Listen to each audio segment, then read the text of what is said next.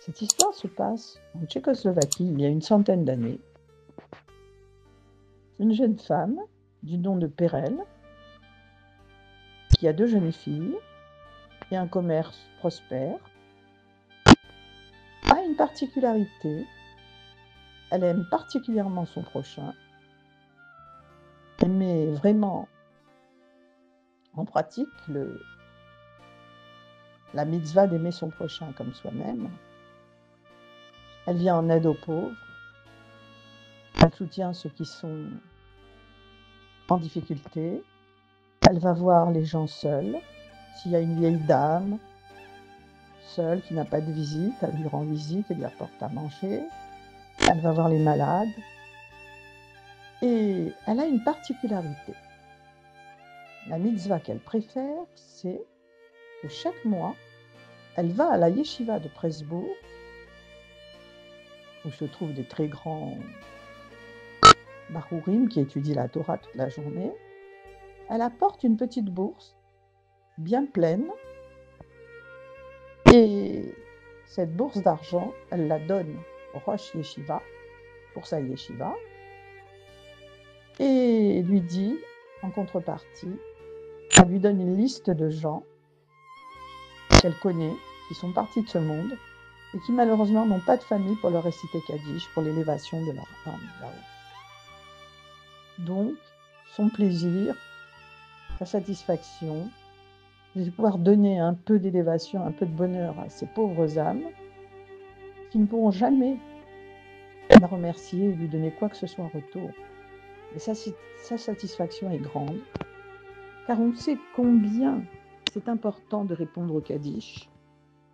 Le Kaddish est une sorte de louange de Dieu particulière, et le peuple d'Israël aime répondre Amen, Yehé, Shemé, Rabba, que son grand nom soit sanctifié, élevé pour l'éternité. C'est une très grande louange d'Hachem, qui a la particularité, quand on la récite, donner l'élévation de l'âme aux chers disparus. Et on dit que sur terre, il y a un ange, des anges qui s'appellent les Ophanim, qui ont la particularité de tresser des couronnes au maître de la gloire avec les Amen, Yehé, Shemé, Rabba que le peuple d'Israël répond. Et on arrive à parvenir à un niveau spirituel sublime en répondant Amen, Yehé, Shemé, Rabba. Le juif le plus petit et le plus simple tresse des couronnes au maître du monde et mérite de proclamer la royauté du roi des rois, de tous les rois, Akadosh Baruch. À chaque récitation du Kaddish, la gloire divine grandit sur terre. À chaque mot, celui qui le récite s'élève au-dessus du sol et monte degré par degré vers la couronne du roi par le mérite de la sanctification du nom divin. Tout ceci, l'homme peut le faire pendant sa vie, mais une fois que l'âme est retournée chez son Créateur, elle ne peut plus s'élever davantage. Le roi David a dit « Je veux chanter à Hachem ma vie durant, célébrer mon Dieu tant que j'existerai » dans le Télim 104. Effectivement, nombreux sont les versets qui nous rappellent que notre vie terrestre est limitée et que nous devons profiter de chaque occasion qui se présente pour louer le roi des rois, de tous les rois. Et les âmes des défunts ont la possibilité de s'élever, mais non par leur propre pouvoir, mais grâce au Kaddish récité par les vivants pour l'élévation de leur âme. Et Perel se préoccupe de cela. Et donc, elle se rend régulièrement à la yeshiva de Presbourg et donne la petite somme d'argent chaque mois pour qu'on récite Kaddish pour tel et tel défunt qui n'a plus de parents sur terre pour le lui réciter. Malheureusement, la roue tourne. Un jour, son mari tombe malade et décède, et ses affaires périclitent alors qu'elle avait des affaires assez prospères. Et voilà qu'elle n'a même plus la possibilité de donner la somme qu'elle donnait à la yeshiva pour la récitation du Kaddish pour ses chers petits protégés, les défunts. Croyez-vous que Perel se soucie du fait qu'elle n'a plus assez d'argent pour subvenir à ses besoins? qu'elle n'a même pas de quoi doter ses filles pour les marier, pas du tout. La seule chose qui la préoccupe, c'est que ces chers petits protégés là-haut, non plus, ne puissent ne plus avoir leur kaddish pour l'élévation de leurs âmes. Alors elle court, elle se précipite vers la yeshiva, elle rentre, elle demande d'avoir le rosh yeshiva, et lui explique que voilà, ses affaires ne vont pas bien, son mari est décédé, qu'elle ne pourra plus lui amener pendant un certain temps la somme qu'elle avait l'habitude de lui verser, et qu'elle le supplie de continuer à dire kaddish pour toutes ces personnes dont elle a donné la liste. Le rosh yeshiva est impressionné et lui dit « N'ayez pas peur, madame, nous continuerons à lire le kaddish pour toutes ces personnes. Ne vous faites pas de soucis. » Elle est très heureuse. Elle rentre chez elle, le cœur léger. Mais voilà qu'en chemin, un homme âgé, avec une longue barbe, et des tzitzit qui dépassent de son habit, donc un juif, s'approche d'elle et lui dit « Shalom ». Elle répond « Shalom ». Et il lui dit, en engageant la conversation avec elle, « Vous savez, moi, quand j'étais jeune, j'étais étudiant dans cette yeshiva dont vous venez de sortir. » Il parle avec elle et lui demande « Est-ce que tout va bien? Vous avez des filles à marier ?» Comment le sait-il? Elle sursaute. Elle dit « Oui, effectivement. Vous avez de quoi les doter ?» Très gênée, elle répond « Non, j'ai perdu mon mari et mes affaires ne sont pas au top en ce moment. » « Combien vous faudrait-il pour marier vos 2 filles ?» dit-il. « Quelle somme vous faudrait-il d'après vous ?»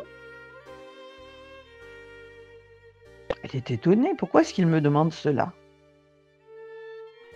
Mais malgré tout, le vieil homme insiste et elle lui dit une somme conséquente, comme qui dirait de nos jours 30 000 €, quelque chose comme ça, avec la monnaie de l'époque dans ce pays. Elle lui dit une somme conséquente. Et voilà que l'homme sort de sa poche un grand carnet, ce sont des carnets de bons de caisse, c'est les chèques de l'époque. Et il lui dit, je vais vous donner la somme que vous demandez pour pouvoir marier vos filles, je vous en fais cadeau.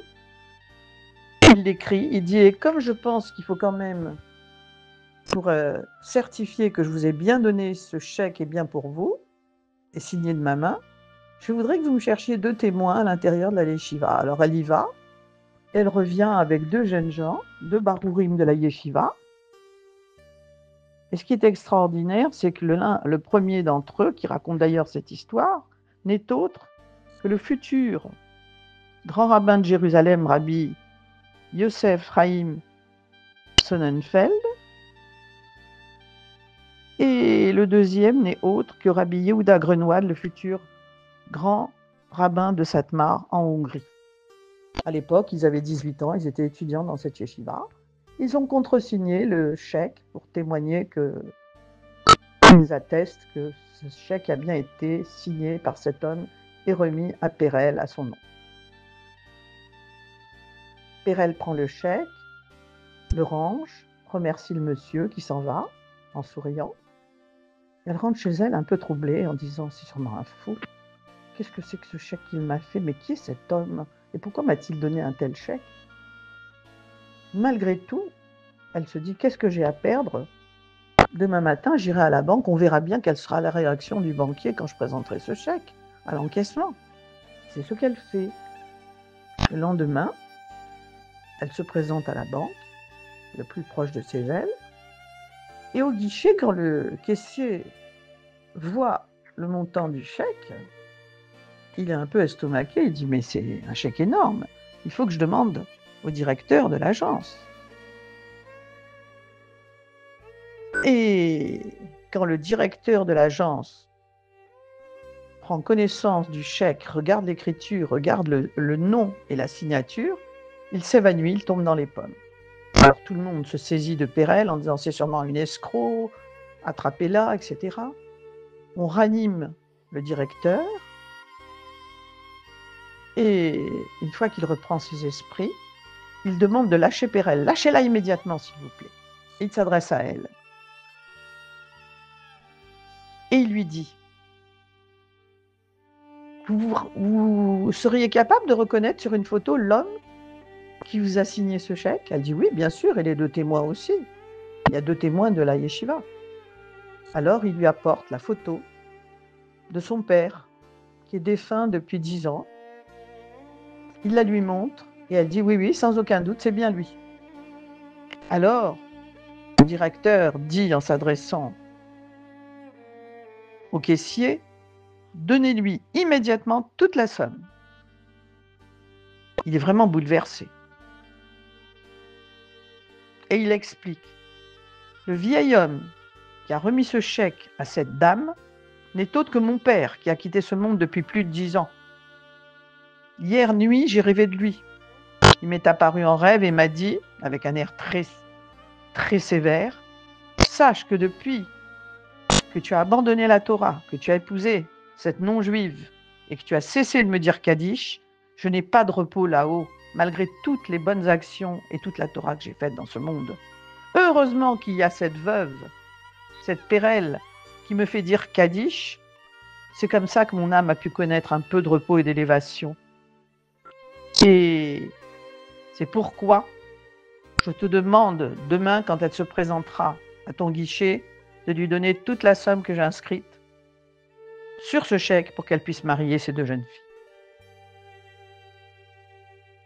Et voilà, je me suis réveillée très troublée, j'ai pensé les rêves disent des choses vaines, mais maintenant que je vous vois, j'ai reconnu l'écriture de mon père, la signature de mon père, c'est bien réel, c'est bien lui que vous avez vu. Et par conséquent, je vous donne toute la somme qu'il a dit, qu'il a demandé, qu'il a signé sur ce chèque. Et voilà, grâce à cela, les événements ont réussi à prendre un cours tout à fait nouveau. Thérèse a pu marier ces 2 jeunes filles avec joie.